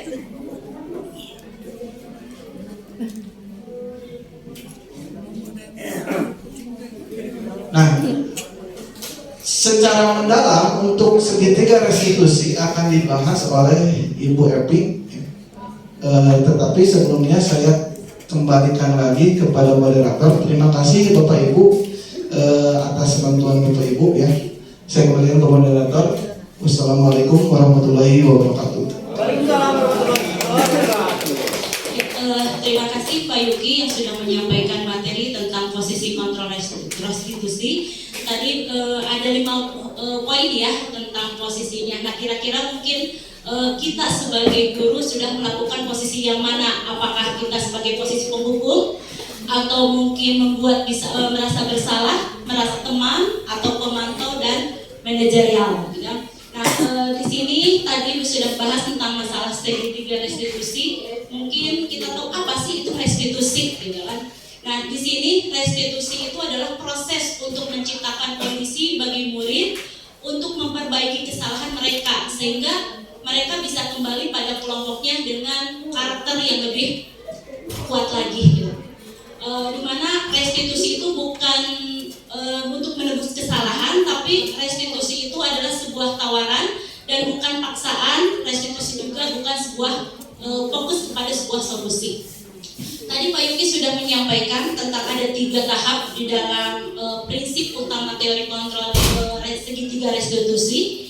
Yang pertama yaitu dimana menstabilkan identitas. Dimana teori yang harus kita lakukan, bagaimana cara kita untuk menstabilkan identitas di sini. Kita lakukan berdasarkan prinsip bahwa membuat kesalahan itu adalah bagian dari proses pembelajaran yang nantinya akan menggeserkan identitas. Apakah itu identitas kita gagal untuk menjadi ke identitas yang sukses, gitu. Salah satu contohnya tadi kita sebutkan untuk ketika kita melakukan segitiga restitusi ini, ketika si anak melakukan pelanggaran, contohnya misalkan anak kesiangan, ketika si anak melakukan kesiangan, kadang kala gitu kan, saya sendiri ketika anak kesiangan itu langsung menjadi, nah aku kesiangan, padahal kan tahu bla bla bla gitu kan, kita langsung menjadi bahwa anak itu salah. Seharusnya di sini kita identitaskan dulu apa yang menjadikan anak itu kesiangan, gitu kan. Salah satu halnya misalkan dia itu berbuat salah, tidak apa-apa, karena mungkin ibu juga pernah melakukan kesiangan, gitu kan. Nah itu jadi kita beridentitas dulu pada anak untuk melakukan penjajahan terhadap kesalahan mereka. Yang kedua, validasi tindakan yang salah, di mana dari validasi tindakan yang salah itu adalah yang dilakukan berdasarkan prinsip bahwa setiap perilaku berusaha untuk memenuhi suatu kebutuhannya, sehingga guru atau mungkin orang tua akan menggeser dan pemikirannya secara stimulus atau respon yang menjadi produktif, serta bagaimana cara kita mengakui kebutuhan yang anak yang tadi sudah disampaikan. Semua berperilaku anak itu kita lihat dulu apa yang menjadikan alasan si anak tersebut melakukan kesalahan. Misalkan apakah yang kita lakukan sebagai yang terjadi, mungkin anak itu kesiangan karena ada alasannya, misal karena keluarga, atau mungkin karena bannya bocor, atau mungkin motor mobilnya bannya bocor atau lain sebagainya. Itu adalah hal yang dilakukan untuk ketika anak terjadi di dalam proses tindakannya. Dan yang terakhir di sini mungkin kita akan lakukan menanyakan keyakinan. Nah, sebelum kita melakukan keyakinan ini, mungkin di awal Bapak Ibu sudah melakukan keyakinan kelas dengan para peserta didiknya, sehingga dari keyakinan kelas itu salah satu halnya misalkan tentang kedisiplinan, ketepatan waktu. Contoh yang saya lakukan, misalkan saya masuk jam 7, konsekuensi pada anak jam 7 tidak bisa melakukan pembelajaran. Misalkan jam 7.10 baru kita melakukan pembelajaran. Untuk apa yang 10 menit ini? Misalkan anak masih ada yang sarapan atau mungkin membereskan kelas dan lain sebagainya. Tapi ketika jam 7.10 melakukan pembelajaran sudah bisa dimulai. Nah, kalau ada anak yang terlambat ke kelas dan lebih dari jam 7, lebih dari 10, berarti harus menerima konsekuensi, gitu. Nah ini segitiga restitusi yang dilakukan dari mulai tadi validasi tindakan yang salahnya, apakah kamu punya alasan mengapa kamu melakukan kesalahan tersebut, terus adakah cara yang lebih efektif untuk mendapatkan apa yang si anak butuhkan. Yang keduanya, menstabilkan identitasnya, setiap orang pasti akan pernah melakukan kesalahan. Dan yang ketiga, menanyakan keyakinannya, sesuai tidak apa yang kalian lakukan itu dengan kesepakatan yang sudah kita sepakati di kelasnya, gitu kan? Nah itu. Nah tadi di sini kita akan menayangkan sebuah kasus.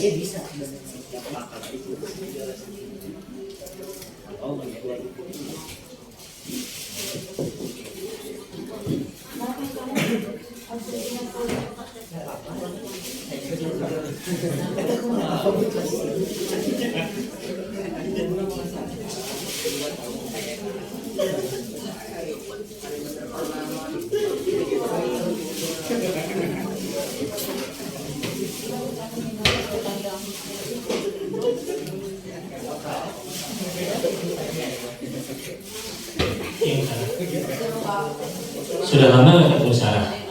Kenapa hari ini ada di sini? Kesel Pak, kesel banget. Masa aku dikatain tukang fitnah Pak? Ya aku marah lah. Aku balik ngatain Eka di depan kelas. Kesel banget. Oh begitu. Ya pasti kamu marah dan kesal. Bapak juga akan marah apabila ada yang menuduh Bapak seperti itu.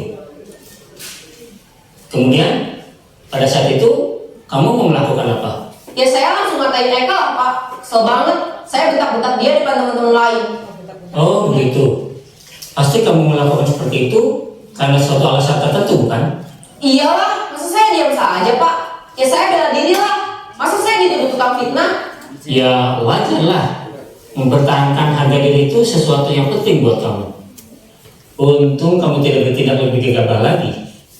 Hanya membentak-bentak. Iya Pak. Untung saya masih bersabar dan hanya membentak saja. Sudah gemes padahal. Saya pasti bela diri lah. Ya pasti ya.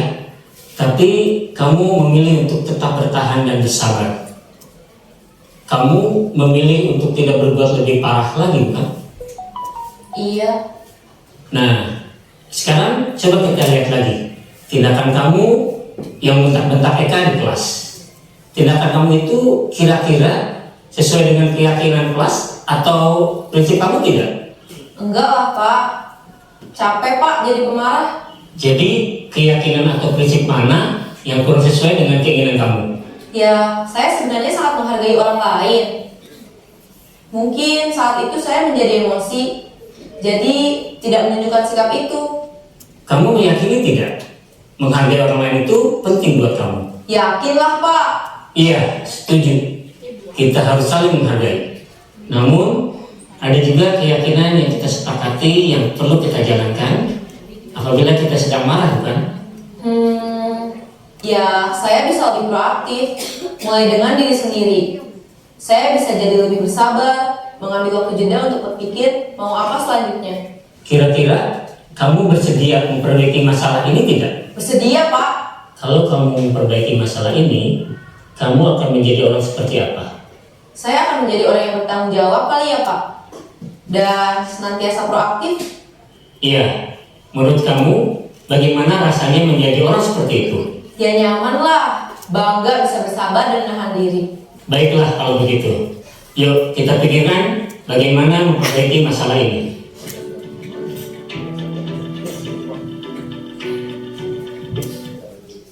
Nah itu salah satu contoh untuk ketika kita melakukan segitiga restitusi, yang dimana mungkin melalui restitusi ketika murid berbuat salah, kita sebagai guru akan menanggapi bagaimana cara untuk memungkinkan murid bisa membuat evaluasi tadi yang sudah disampaikan oleh Pak Dik-Dik tentang internal dan eksternalnya, yang dimana mereka lakukan untuk memperbaiki kesalahan mereka dan dapat kita menghargai apa yang diharapkan oleh antara guru dengan muridnya. Jadi restitusi ini sebenarnya sangat menguntungkan, gitu kan? Tetapi juga dapat menjadikan kontrol kita terhadap bagaimana kita sebagai salah satu posisi dari kontrol 5 restitusi yang tadi sudah disampaikan juga oleh Pak Yuki. Ya mungkin itu tentang segitiga restitusi dan juga tentang disiplin positif yang sudah kita sampaikan dari pemateri 1 sampai pemateri ke-6. Ada 5 menit ya untuk tanya jawab. Oke, bismillahirrahmanirrahim. Assalamualaikum warahmatullahi wabarakatuh. Terima kasih kepada seluruh pemateri, luar biasa hari ini saya dapat ilmu baru juga begitu banyak, sehingga gitu kan, oh iya ya. Cuman pertanyaannya begini, balik lagi ke kita. Ini hanya bukan tataran teoritis saja kan rencananya. Jangan sampai manis di mulut tapi pahit di kenyataan. Itu ya. Jadi PR kita bersama, kebetulan saya sebagai ujung tombak, mulai dari pembiasaan positif, berbagi dan sebagainya. Kemudian karena saya yang di lapangan setiap hari, dan seolah-olah saya memberikan hukuman atau punishment, dan juga ada reward, ada punishment. Ada beberapa hal yang telah saya laksanakan. Pertama, sebagaimana yang tadi saya sampaikan materi, ketika kesiangan alasannya apa? Satu kali saya konfirmasi dengan wali kelas. Kita bikin kerjasama kan, meskipun semua orang sibuk lah. Hanya orang mati yang tidak sibuk. Kemudian yang kedua, ketika kesiangan yang kedua, saya konfirmasi sama orang tua. Kenapa begitu? Karena informasi yang diterima dari anak dengan dari orang tua rata-rata beda. Yang kedua. Yang ketiga, rata-rata saya juga dapat keluhan dari siswa dan wali kelas dengan kesibukannya masing-masing. Padahal itu sudah janji dalam SK sesuai tupoksinya. Sehingga seolah-olah saya sibuk sendiri di depan, kemudian juga terkadang dibantu dengan Bapak Ibu piket. Ya, ketika memang tidak ada kesibukan. Selanjutnya jadi pertanyaan, solusi seperti apa? Kita programnya zero kesiangan di SMP 19 Garut, tapi kayaknya mustahil karena bukan kita yang mengatur waktu. Program seperti apa? Atau langkahnya seperti apa pelaksanaan di lapangan? Bukan hanya sebatas goresan hitam di atas putih saja. Kembali kepada role model tadi Bapak Doktor yang sampaikan, kita kira-kira kita siap nggak jadi role model? Itu ya. Tahapannya seperti apa? Rumusan-rumusan yang diberikan oleh kita semua, langkahnya seperti apa sehingga pertama tidak menyinggung perasaan anak, yang kedua tidak merepotkan orang tua, yang ketiga tidak membebani wali kelas, yang keempat tidak mencemari nama baik sekolah. Seolah-olah kalau tidak begitu kenapa harus ada sekolah? Repot-repot amat kan gitu ya. Oke, terima kasih, itu saja. Assalamualaikum warahmatullahi wabarakatuh. Baik Pak, Assalamualaikum warahmatullahi wabarakatuh. Saya akan mencoba menjawab, dan mungkin jawaban saya tidak akan menjadi solusi karena ini harus ada kolaborasi dari berbagai pihak. Ya. Mungkin ini nanti akan jadi PR untuk semua. Tapi yang pertama yang saya garis bawahi, yang pertama itu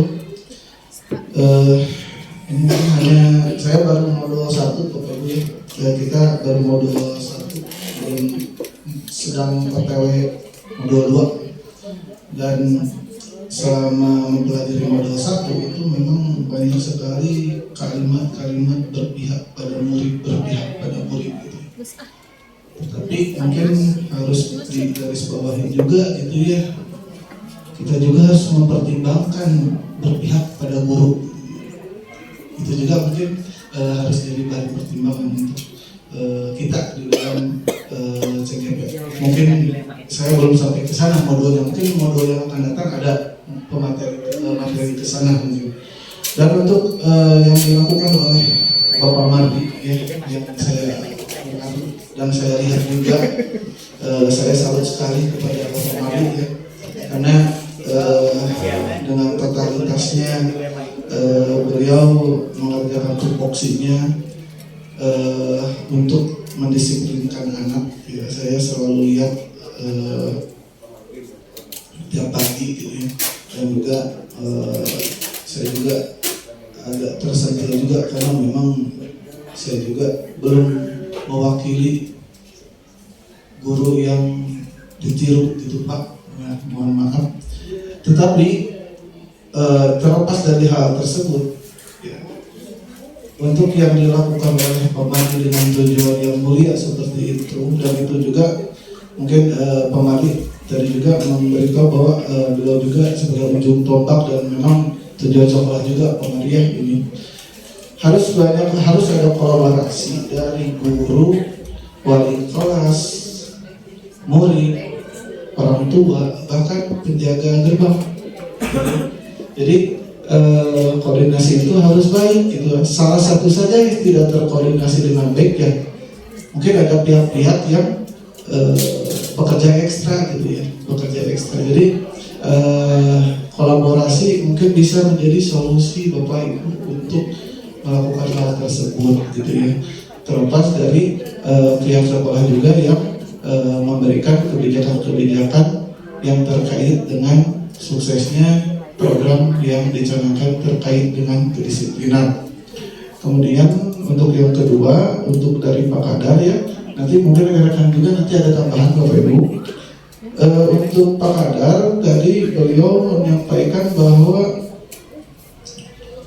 senior atau Bapak Ibu yang sudah senior ini yang generasi manual gitu ya Bapak angkat tadi manual ya kata Bapak Kadar. Alhamdulillah ya kita berada di generasi yang sudah digital, tetapi tetap yang senior juga, yang generasi manual juga itu ada keteladanan yang bisa diambil terkait dengan kuatnya mentalitas ya, karuat gitu ya. Dulu mah mungkin kita dicarekan sama guru sama orang tua sampai mungkin dilakukan hal tindak kekerasan tidak apa-apa, tegar gitu ya. Tapi untuk anak-anak sekarang mungkin bagaimana gitu ya. Nah untuk generasi Bapak juga ya, tadi Bapak juga mengkaitkan atau mensetir tentang bagaimana evaluasi kurikulum yang sudah terjadi pada masa lalu. Untuk evaluasi kurikulum memang susah karena itu jangkanya panjang. Misalkan saya itu adalah produk KBK Bapak Ibu. Dulu KBK yang hanya berapa tahun ya, 2 tahun ya kemarin ya, 2 tahunan ya. Waktu itu saya kelas 11 KBK. Wah, produk apa KBK ini? Ternyata banyak ngobrol, banyak berpendapat, banyak diskusi, bahkan bangku pun dikasih-kasihkan gitu ya. Ternyata saat saya dulu pernah melamar pekerjaan dan proses wawancara, ternyata itu sangat terpakai, lebih percaya diri karena suka ngobrol di kelas gitu ya, suka ngobrol di kelas. Nah, mungkin KBK ini untuk evaluasinya mungkin pada saat sekarang karena banyak produk-produk atau mungkin orang-orang atau pejabat atau mungkin cendekiawan hasil dari KBK gitu ya. Mungkin bisa dilihat dari hasilnya, tetapi mungkin penelitiannya mungkin harus lebih mendalam lagi terkait hal tersebut. Untuk tadi ya, untuk PPDB juga tadi harus ada tata tertib yang sudah ditandatangan oleh orang tua, apakah itu sepihak atau tidak. Barusan juga ada kuliah, ada yang jelas mungkin Bapak Ibu yang senior ini jangan mungkin merasa kemampuan atau kamu busur seperti itu ya. Tetap kami juga yang muda membutuhkan Bapak Ibu semua. Gitu aja. Mungkin ada tambahan dari yang lain. Ya. Hatur nuhun Pak Kadar sama Pak Mardi. Salah sama Pak Tarosan nanti kita nama Pak Doktor nun tadi kita nama nya luar biasa. Tapi Bapak hapunten semua waktu nyobi awalnya pangitan. Berkaitan tadi soal program yang disampaikan oleh Pak Mardi,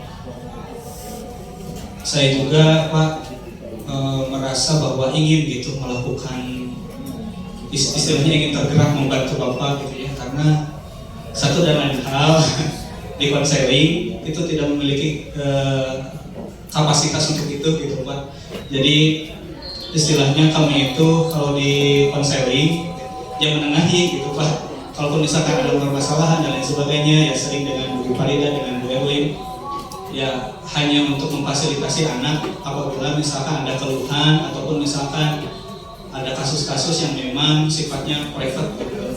Maka hati mah ingin gitu membantu gitu. Kalaupun misalkan bermasalah tentang program-program itu kapasitasnya kepada stakeholder gitu Pak. Ya tadi saya sepakat dengan Pak Yuki, yaitu kolaborasi gitu. Harus ada banyak sekali bahasan-bahasan yang menjadi PR besar gitu untuk sekolah. Agar apa? Agar tidak hanya siswa yang kita disiplinkan, kita juga harus bisa menjadi role model tadi sebagai orang yang bisa menegakkan kedisiplinan itu. Kemudian tadi pertanyaan dari Pak Kadar luar biasa Bapak. Apunten ya. Tadi soal berkaitan dengan kurikulum. Kalau Pak Yuki itu kurikulum KBK, kalau saya itu cul budak sina anteng Pak. Jadi istilahnya ketika ketemu dengan guru teh kalau nggak bisa minimal di takwa gitu Pak. Pujidar kayu gitu. Jadi kalau misalkan kurikulum mana yang lebih baik, kalau menurut saya itu tergantung faktor-faktor ya, karena kan kurikulum itu dibuat atas pertimbangan pemerintah. Mungkin pemerintah ya mengeluarkan setiap kurikulum itu sesuai dengan faktor-faktor kemajuan zaman gitu Pak. Yang saya rasakan saya juga masih beradaptasi dengan kurikulum yang seperti yang sekarang gitu, yang tadinya sebelum di sini itu K13 Pak. Ya saya juga belajar dan tentunya saya juga masih membutuhkan pemikiran-pemikiran dari Bapak gitu Pak soal pembelajaran histori masa lalu, penerapan kurikulum yang tepat gitu, yang seperti apa. Tapi yang saya rasakan setiap kurikulum itu pasti sesuai dengan zamannya gitu. Itu yang saya pahami gitu Pak. Terus oh iya, sisanya mah mungkin itu Pak, berkaitan dengan program-program yang sudah disampaikan soal dialog interaktif dan lain sebagainya, itu luar biasa, tinggal kita kembangkan saja begitu. Karena memang kebanyakan anak-anak itu tidak kita tampung aspirasinya atau kurang atau belum gitu. Maka aspirasi-aspirasi itu harus kita lebih banyak mendengar. Itu aja. Terima kasih. Mungkin itu dari Bapak Ibu CGP yang lain. Ada tambahan? Baik Bapak Ibu semua, izin menambahkan terkait pertanyaan dari Pak Mardi dan Bapak Kadar. Bapak Ibu semua, kami berkenan di depan ini sedang melaksanakan calon guru penggerak, baru calon ya Bapak Ibu. Ini pun baru modul 1.4, ya 1.1 ya. Nah di sini Bapak Ibu, memang di pemahaman saya terkait program ini itu satu kesatuan. Makanya mungkin di salah satu tugasnya selalu ada koneksi antar materi, dari mana mulai dari diri eksplorasi konsep, kemudian ruang kolaborasi, demonstrasi, elaborasi, koneksi dan aksi nyata. Bapak Ibu semua, karena di sini memang rancangannya seperti itu, jadi antar kolaborasi gitu ya, antar kita itu memang harus dari basic seperti yang tadi diutarakan oleh Pak Mardi, dari mulai budaya positif yang mau dibentuk di sekolah itu seperti apa sih kalau misalkan semua stakeholder ataupun yang menjadi teladannya itu belum belum sesuai dengan yang diharapkan. Nah, memang ini tantangan-tantangan yang akan menjadi besar. Makanya mungkin program guru penggerak ini diperluas lagi, bahwa Bapak Ibu semua juga harus melaksanakan program tersebut. Makanya untuk solusi ataupun jawaban mungkin itu tidak cukup untuk dibahas hari ini. Itu akan menjadi satu kesatuan yang terus bisa dievaluasi dan direfleksikan. Itu aja mungkin sedikit tambahannya. Terima kasih Bapak Ibu semua. Wassalamualaikum warahmatullahi wabarakatuh.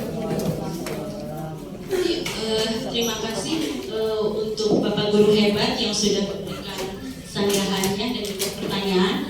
Mungkin untuk presentasi dari kami tentang diseminasi budaya positif sampai di sini, tapi karena tadi di awal oleh pantun, jadi terakhir juga ditutup oleh pantun lagi. Titik udah kasih amis. Bunga selasih di perempatan. Ada petani, anaknya pingsan. Terima kasih sudah diberikan kesempatan. Semoga presentasi ini membawa kesan.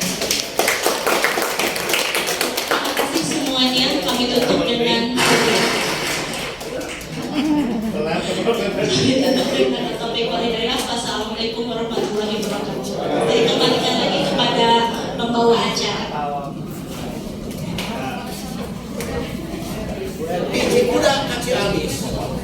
Nu ngaduda kusum tiris. Kasihan ya lo. Ya, baik Bapak Ibu, ada pengumuman dari Pak Irwan.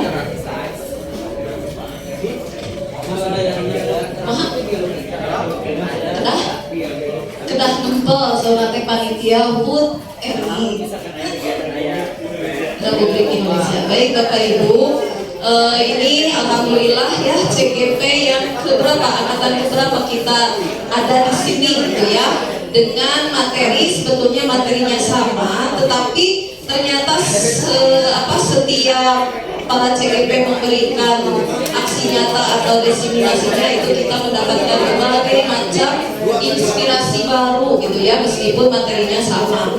Nah, alhamdulillah terima kasih para CGP yang sudah memberikan share ilmunya kepada kita semua. Mudah-mudahan lebih menguatkan lagi ya Bapak Ibu pemahaman kita, dan yang paling penting adalah bagaimana kita mengimplementasikannya di dalam kegiatan pembelajaran sehingga apa yang kita dapatkan ini bermanfaat khususnya buat anak-anak kita.